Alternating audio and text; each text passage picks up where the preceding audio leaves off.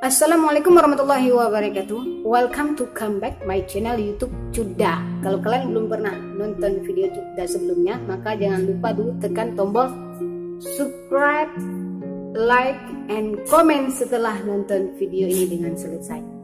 Kali ini Cuda akan membacakan atau melanjutkan peribahasa yang tidak lagi digunakan oleh anak-anak Aceh zaman sekarang. Yang pertama, Tengku seribe plam, uro jet ke tengku, malam jet ke nusa. Alkitabu fis sanding, wal baca'u tikusting.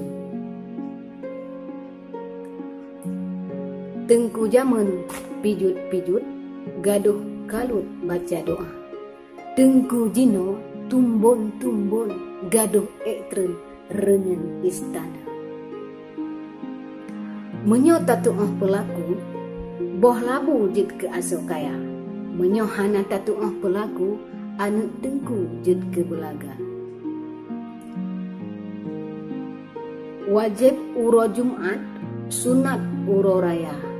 Meutang bak judi, mejanji bak cinta.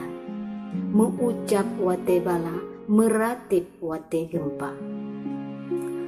Menyo pijit tabuh bak sapai, katente gantai merumpuk rasa.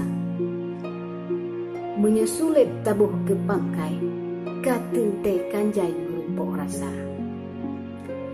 Cukup sekian sudah bacakan. Insyaallah ke depan kita lanjutkan lagi. Jangan lupa kalian tekan tombol subscribe, comment, and like. Assalamualaikum warahmatullahi wabarakatuh. Jumpa di video selanjutnya.